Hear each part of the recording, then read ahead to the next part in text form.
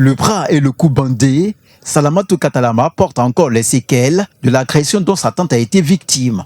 Un traumatisme qui la hante. C'était juste l'ancien mari de ma tante. Lui venait. Quand il venait, c'était venu voir juste sa fille sur le dos. Nous, bon, on ne s'entendait pas, genre, quand il allait faire les trucs comme ça. Puisqu'il avait déjà fait ça avant. Donc, nous, on ne s'entendait pas à ça. Donc, le jour qu'il est venu, en tout cas, moi-même, genre, j'étais bizarre aussi. Donc, je n'ai pas pu faire quelque chose, en tout cas. Depuis ce jour-là, au moins, j'ai peur. Genre, il ne peut pas, dès qu'il voit de loin, même de loin, même quand il voit couteau, même, il a peur.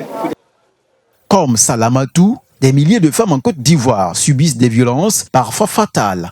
En 2023, 8782 cas ont été recensés par les autorités. Un chiffre alarmant qui interpelle. Pour briser le silence, une marche de sensibilisation a rassemblé des centaines de personnes dans la commune d'Abobo. Les femmes de Côte d'Ivoire sont outrées. Nous sommes outrés par ce qui arrive à certaines d'entre nous, notamment l'assassinat de certaines de nos sœurs, de nos filles, de nos mères. Nous disons que cela est inacceptable.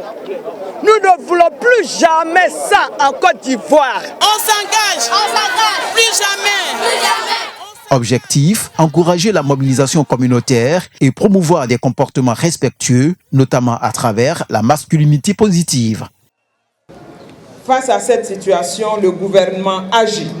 Sous la conduite éclairée de son Excellence, M. Alassane Ouattara, président de la République de Côte d'Ivoire, des mesures concrètes ont été prises. Le renforcement du cadre juridique pour protéger les victimes et punir les coupables. Des campagnes de sensibilisation à l'échelle nationale pour briser le silence, changer les mentalités.